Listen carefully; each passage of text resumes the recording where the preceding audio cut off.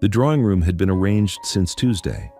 Sir Clement Voss had overseen the placement of every chair himself, adjusting the angle of the settee twice, repositioning the chrysanthemums from the mantelpiece to the side table, and then back again. The curtains had been taken down and beaten. The silver had been polished until the footman's thumbs ached. Harriet's gown, the cream muslin with the seed pearl bodice, had been pressed 3 times because Sir Clement had detected a crease near the hem that no one else could see, and because the detection of invisible creases was, by Friday morning, the only form of authority left to him. The Duke of Keld was expected at 11:30. He arrived at 20 minutes past, which meant that the final preparations, Louisa's gloves, Clara's posture, Harriet's breathing exercises beside the window, were interrupted by the sound of hooves on gravel while Clara was still adjusting her sash and Louisa was mouthing something to herself in the mirror above the hall table. Sir Clement, who had rehearsed his greeting 14 times and forgotten it entirely, opened the front door himself, which was incorrect, and then stood aside for the butler, who was already behind him and had been trying to get past for several seconds. The Duke stepped into the entrance hall of Voss House with the unhurried precision of a man who had done this before. He was tall and spare, dark-haired, with a face that gave nothing cheaply. His coat was impeccably cut but unadorned. He wore no rings. He carried no flowers. He looked at Sir Clement the way one looks at a toll gate, a necessary interval between where one is and where one intends to be. "Sir Clement." "Your Grace, that is, the household is deeply honored. Deeply. If you would, the drawing room, I presume." Yes, of course. This way, Your Grace." They had discussed, in the days leading to this morning, whether the girls should be standing or seated when the Duke entered.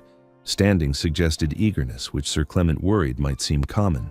Seated suggested composure, which his wife, before her death 3 years earlier, would have preferred. In the end, Sir Clement had chosen standing, because seated required all 3 to rise at the same moment, and he did not trust Clara's knees. Harriet was nearest the window. She was 23, tall, fair, accomplished in exactly the ways that the season required. French, watercolors, the pianoforte, a talent for saying nothing that could be remembered and everything that could be approved of. She curtsied beautifully. Her smile had been practiced so long it had become almost real. Louisa was 21. She had her mother's coloring and her father's anxiety, which she concealed beneath a brightness that sometimes resembled wit. She curtsied a half-beat after Harriet, which was planned, and laughed lightly at nothing, which was not. Clara was 19 and trying very hard. She had been told to stand with her left foot slightly forward and her chin raised, and she was doing both with the concentration of someone balancing a stack of books on her head. Her sash had been retied. Her gloves were spotless. She looked, if one were being generous, like a portrait that had not yet dried. The Duke regarded all 3 with a courtesy so measured it was nearly mathematical. He asked Harriet about her accomplishments. She answered well. He asked Louisa about the grounds. She answered brightly. He asked Clara nothing at all, which Clara would remember for longer than she would admit. He accepted tea. He declined a biscuit. He complimented the chrysanthemums, which Sir Clement received as though the Duke had praised the entire county. 9 minutes after entering the drawing room, the Duke set down his cup. "You have 3 daughters, Sir Clement?" Sir Clement beamed. "I do, Your Grace, all here before you. Fine girls, everyone. Their mother, God rest her, would be. I was told you had 4. The silence that followed had a texture to it, something dense and slightly damp like wool left out in rain. Harriet's smile held, but her eyes moved to her father. Louisa stopped breathing. Clara looked at the carpet. 4, Sir Clement repeated. "Yes, technically. That is, there is Petra, the youngest. She was not feeling well this morning." "I see. A headache, quite sudden. How unfortunate." The Duke's tone did not change. "I should like to meet her if her headache permits." "Your Grace, I assure you, the 3 young ladies before you represent the very finest, I have no doubt, but I was told 4, and I have met 3. Where is the 4th? Sir Clement's composure, which had been structural rather than genuine, began to fracture at the joints. He looked at the butler. The butler looked at the floor. Harriet, who had known all morning exactly where Petra was, said nothing. "She is in the kitchen, Your Grace." The Duke looked at Harriet. "The kitchen?" "Yes, Is she unwell? Harriet hesitated. Loyalty and honesty arrived at the same moment, and for once, honesty was faster. No, she refused to come up. Something happened in the Duke's expression that was too brief to name, not amusement, not surprise, but something adjacent to both and committed to neither. He set his teacup on the side table with a faint click. I should like to see the kitchen. Sir Clement made a sound, a small, strangled thing that might have been a word in another life. The Duke was already moving toward the door. The butler, who had served this household long enough to know which disasters could be prevented and which merely witnessed, led the way through the passage, past the servants' stairs, and down the narrow corridor where the air changed from beeswax and dried lavender to bread and wood smoke, and something savory that had been simmering since dawn. The kitchen at Voss House was not large. A stone-flagged room with a hearth wide enough to roast a sheep, a scarred oak table that had been there longer than any living Voss, and copper pans hanging from iron hooks above the range. Dried herbs, thyme, rosemary, sage, hung from the ceiling beams in bunches that were practical rather than decorative. The warmth was immediate and physical, a different kind of air entirely from the drawing room's careful ventilation. Petra Voss was standing at the table with her sleeves rolled to her elbows and flour on her forearms. She was not pretty in the way her sisters were pretty, not arranged, not polished, not pointed in any particular direction. Her hair was pinned loosely and coming undone on one side. Her dress was plain, dark blue wool, no embroidery, no lace, the kind of dress one wears when one expects to be useful rather than observed. She was pressing dough with the heel of her hand, turning it, pressing again, with the efficient rhythm of someone who had done this many times and did not require an audience. She did not look up when the door opened. "Miss Petra," the butler said, with the careful voice of a man delivering news he suspects will not be well received. "The Duke of Keld." Petra's hands paused for exactly one beat, then she continued pressing the dough. "The flour is on the table, not the curtsy room," she said.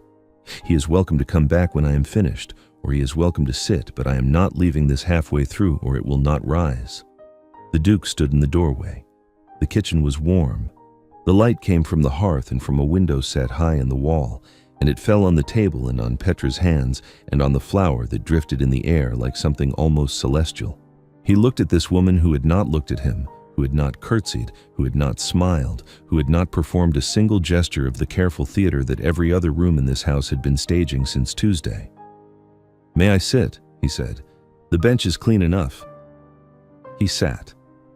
The bench was, in fact, perfectly clean, though narrow, and the Duke of Keld, who had dined with the Prince Regent, who had spoken in the House of Lords on the Corn Laws, who owned 11,000 acres and 4 principal residences, folded himself onto it with the slight awkwardness of a man who had not sat on a kitchen bench since childhood and was not entirely sure his knees would cooperate. Petra continued working the dough. The silence lasted perhaps a full minute, which in a drawing room would have been catastrophic and in a kitchen was merely comfortable. "You did not wish to be presented," the Duke said. "No." "May I ask why?" "Because being presented suggests I am something to be inspected, and I would rather not begin an acquaintance on those terms." She turned the dough, folded it, pressed. "My sisters have been rehearsing for 3 days. Louisa practiced her laugh 11 times yesterday evening.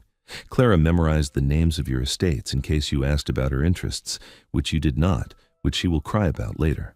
I did not see the purpose of joining an exercise designed to make us all pretend we were something we are not. What are you? At this precise moment, I am someone making bread." "So I see." She looked at him then, for the first time, and her eyes were steady and dark and entirely without performance.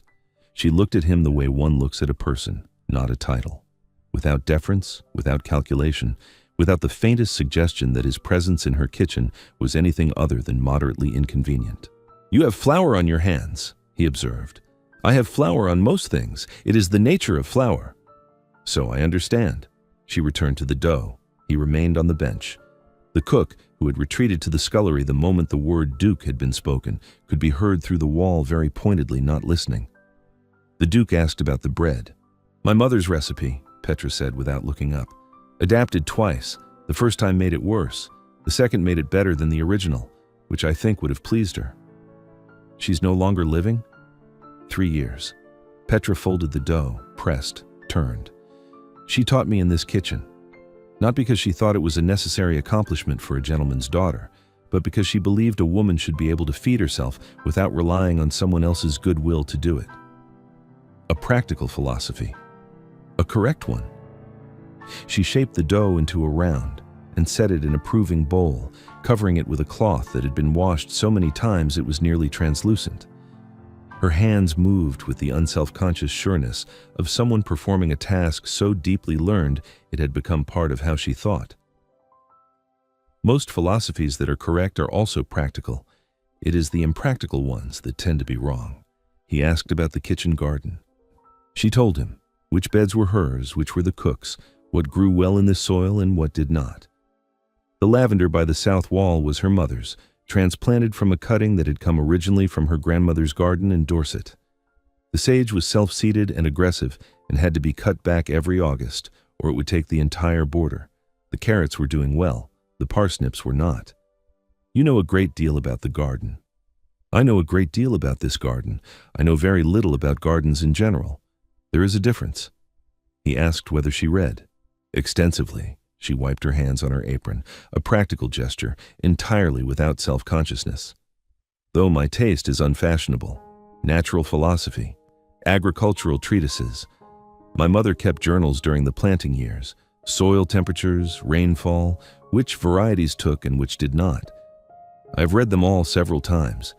They are more interesting than most novels, though I suspect that is not a widely shared opinion. What is your opinion of novels? That they are written by people who have never thinned a carrot row and do not understand that patience is not a virtue but a skill, and that most love stories would be improved considerably by a chapter on drainage. Something shifted in his expression, not a smile, but the architecture of one, the scaffolding assembled without the facade yet applied. He did not ask about her accomplishments. He did not ask about French or watercolors or the pianoforte. He asked what she thought about the drainage on the lower field, which she could see from the kitchen window, and she told him it was poor and had been poor since her father had dismissed the land agent who understood it. She told him which fields flooded in February and which held water until March. She told him about the ditch her mother had dug along the western boundary, personally, with a spade, which had scandalized Sir Clement and solved the problem entirely. "Your mother dug a ditch," the Duke said. "She did. With a spade. There is no other effective instrument. I have tried." He stayed for an hour. The light moved across the kitchen floor and the fire settled into its coals, and the bread proved beneath its cloth, and neither of them remarked on any of it because the conversation had acquired the quality of something that did not require management. It simply continued, like water finding its level, without effort and without pretense. When he rose, his coat had a faint dusting of flour on the sleeve. He did not brush it off. "Thank you, Miss Petra." "You are welcome, Your Grace. The bread should be ready by 4 if you are still in the county." He was not still in the county. He left Voss House at 12:30, having spoken to Sir Clement briefly in the entrance hall, a conversation that Sir Clement would later describe to Harriet as incomprehensible, and was in his carriage before any of the 3 elder daughters had removed their gloves. He returned the following morning at 9 o'clock. This time there was no preparation, no arrangement, no rehearsal. Sir Clement was still in his dressing gown. Harriet was at breakfast. Louisa was not yet downstairs. Clara was reading in the garden and would not learn of the visit until luncheon. The Duke asked for Petra. She was, the butler informed him, in the kitchen garden. The Duke walked there himself, through the same passage and down the same corridor, and if the cook noticed that His Grace had memorized the route after a single visit, she did not say so, though she mentioned it to the butler later with an expression that contained a good deal of meaning and very few words.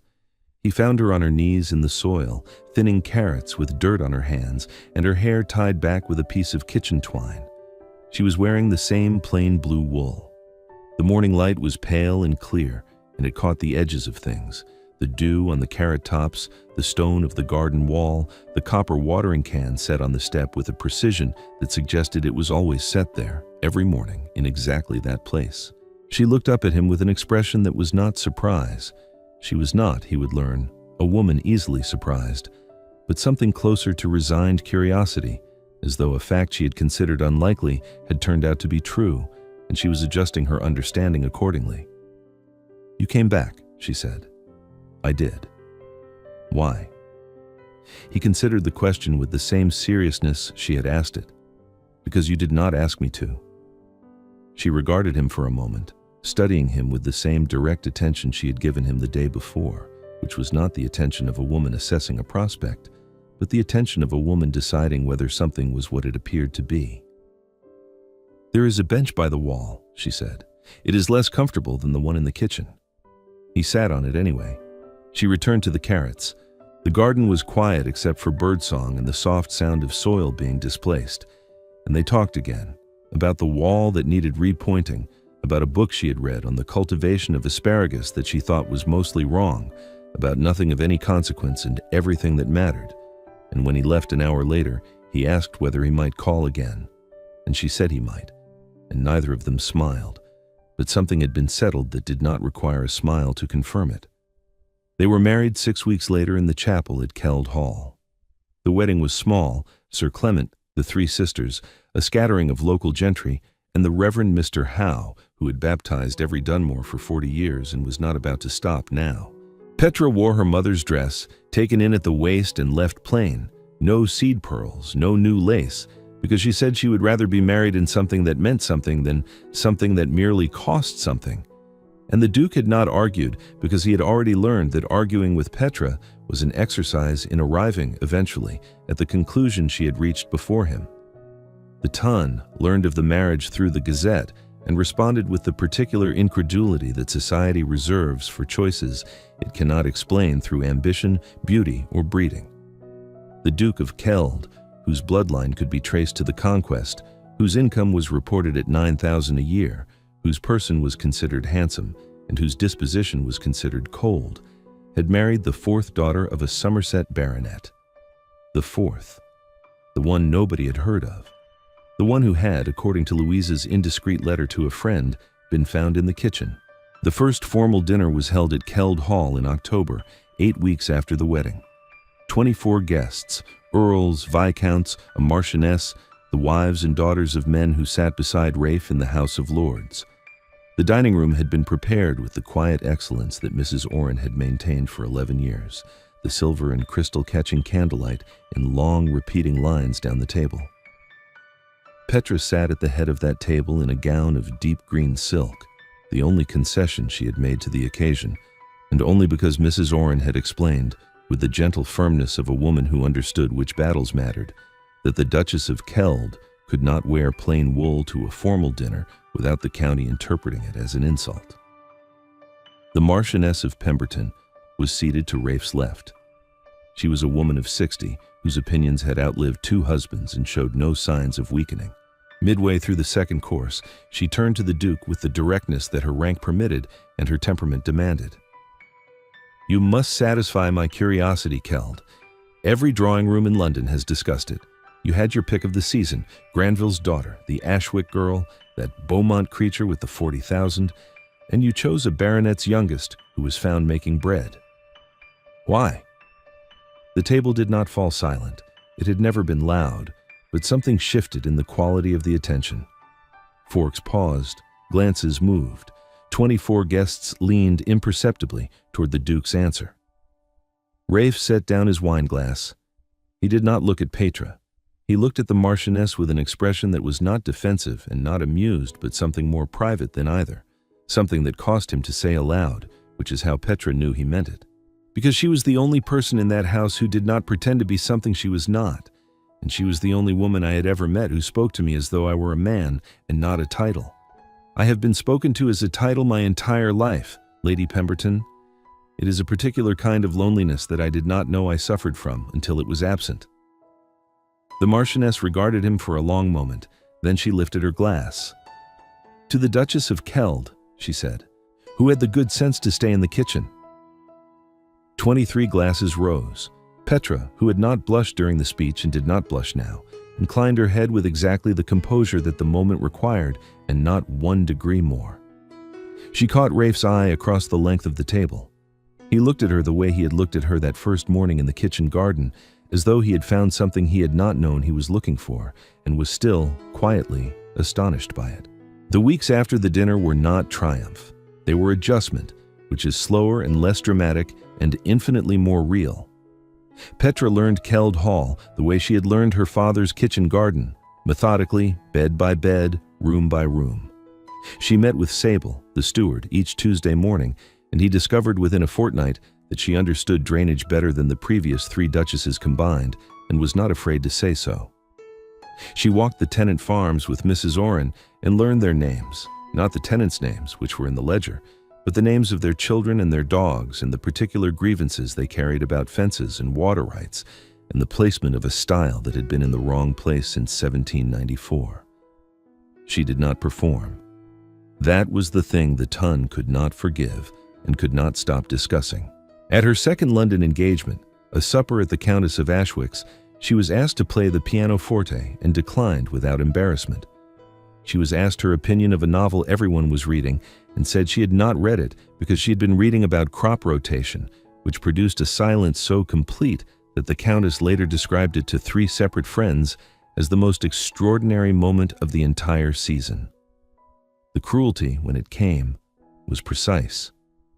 It arrived at a card party in November hosted by Lady Forsyth, whose drawing room was known as the place where reputations were assessed and, when necessary, reduced. Petra had been seated beside Mrs. Whitmore, the wife of a baronet from Gloucestershire, a woman whose politeness operated like a blade wrapped in muslin. "You must find all of this terribly overwhelming, Your Grace," Mrs. Whitmore said, her smile bright and measured. "Coming from such a intimate household, 4 daughters and no governess, I was told. One can only imagine the adjustment." "The adjustment has been considerable," Petra said evenly, "though not in the direction you mean." "Oh?" "I find that the manners here are more elaborate and less sincere than I am accustomed to. In Somerset, when someone wishes to insult you, they do so directly. I confess I prefer it."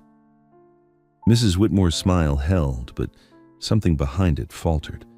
The momentary recognition of a woman who had walked into what she believed was an easy room and discovered the furniture rearranged. Lady Forsyth, who had been listening from the card table with the attentiveness of a woman who understood that the most interesting hands were not always dealt with cards, set down her glass. "Mrs. Whitmore, do let the Duchess alone. She has survived your drawing room. I believe she can survive anything." Petra inclined her head. She did not mention the exchange to Rafe. She did not need to, because Mrs. Oren had already heard of it through the particular network of housekeepers and ladies' maids that operated beneath the Ton like a river beneath a city, carrying everything that mattered and very little that did not. And Mrs. Oren had mentioned it to Sable, who mentioned it to Rafe over the estate accounts the following Tuesday, with the careful indirectness of a steward who understood that some information was best delivered as though it were incidental. Rafe said nothing. But when the next London invitation arrived, a ball at the Forsyth residence, he attended with Petra at his side and danced with her first and last, and did not dance with anyone else, which was noted by everyone and interpreted correctly by most. Rafe watched this, his wife's absolute refusal to become someone she was not, with something that deepened month by month from admiration into need. He had married her because she had spoken to him plainly. He stayed married to her because she continued to, every day, without variation, without performance, without the faintest effort to be anything other than exactly what she was. "You could play the pianoforte," he said one evening in the library, where she was reading a treatise on soil composition and he was pretending to read correspondence. "You told me you learned as a girl." "I can also stand on one foot, but I do not do that at supper parties either." The Countess was offended. The Countess was curious. Offense and curiosity wear similar expressions, but curiosity comes back for more. She turned a page. "She has already written to invite us again." He looked at her across the library. This woman who would not bend, would not soften her edges for company, would not say a thing she did not mean even when meaning it was inconvenient, and felt something that he had spent 32 years believing was not available to men like him. He had been raised to duty. Affection was a bonus, love was a word for novels. And yet, "Petra, I love you." She looked up from the treatise. Her expression did not change, but something behind it did. Something that had been held carefully in reserve, like a lamp turned low, and was now, quietly, turned up. "I know," she said. "You have flour on your cuff again." He looked down. He did. The letters came, of course. Sir Clement wrote monthly, gratified, effusive, slightly incoherent letters that Petra answered with a brevity her father interpreted as affection, and which was, in fact, affection, though expressed in fewer words than he would have liked. Harriet married a viscount the following spring, a match that Sir Clement attributed entirely to the reflected prestige of Petra's marriage, which was partially true and which Petra did not comment on, because commenting would have required her to say something unkind about the viscount's intelligence, and she had decided early that unkindness about her sister's choices was a luxury she would not take. Louisa married a clergyman, which surprised everyone except Petra, who had always known that Louisa's brightness was a performance, and that underneath it was a woman who wanted a quiet house and a man who listened. Clara did not marry.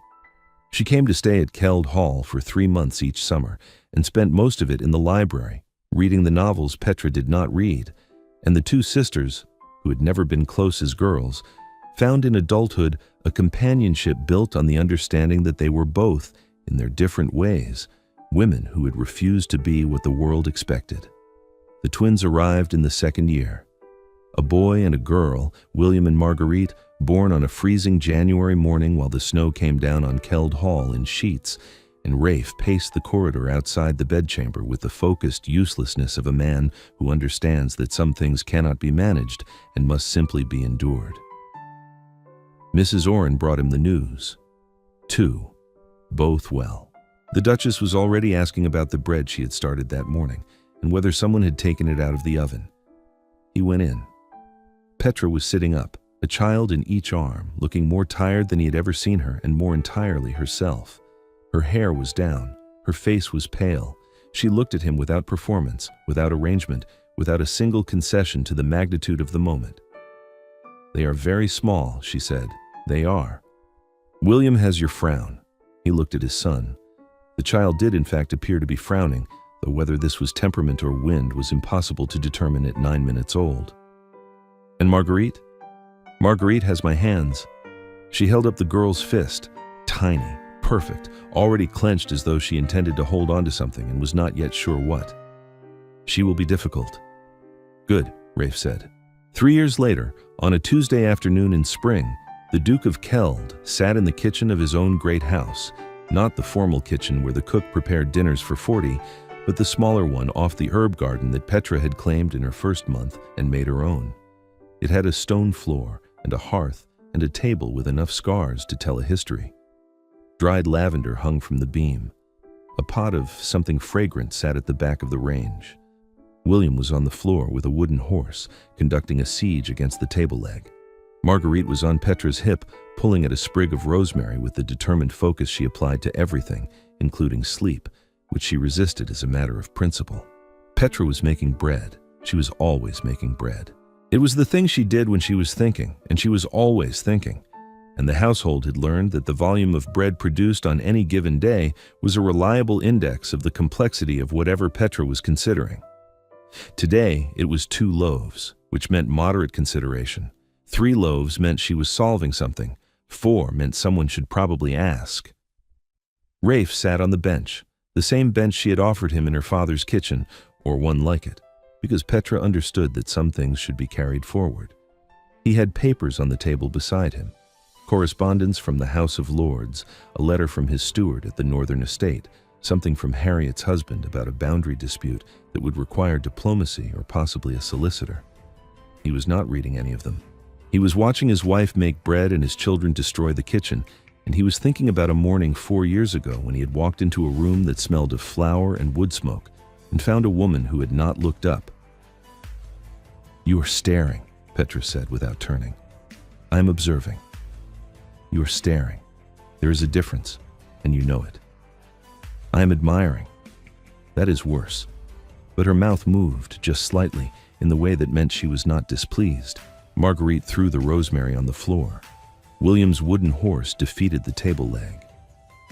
Somewhere in the house, Mrs. Oren was conducting the daily orchestration that kept Keld Hall running with the efficiency of a military campaign and the discretion of a cathedral. Sable was in the estate office reviewing the quarter's accounts. The world beyond the kitchen continued as it always had. The season in London, the politics in Westminster, the Ton's endless appetite for gossip and judgment, and the ranking of women by criteria that had nothing to do with what they were and everything to do with what they appeared to be. In the kitchen, none of that reached. There was bread and children and lavender, and the sound of a man turning a page he was not reading, because the woman in front of him was more interesting than anything written on it.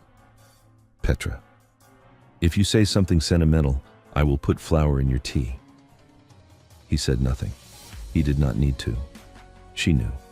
She had known since the bench, since the first bench in her father's kitchen, when he had sat down without being invited properly and stayed without being asked and come back the next morning without being summoned. She had known what he was before he did, which was the way of things with Petra, who saw clearly and spoke plainly and did not pretend ever, not for the Ton, not for a marchioness, not for the Duke of Keld. He was not a title in this kitchen. He was not Keld or Your Grace or the Duke. He was a man with flour on his cuff, and papers he was not reading, and children he could not control, and a wife who would put flour in his tea if he said something sentimental, and he had never in his life been happier. The bread rose, the children grew, the kitchen stayed. They arrive here like someone who came to the wrong room and found exactly what they needed, whenever they are ready.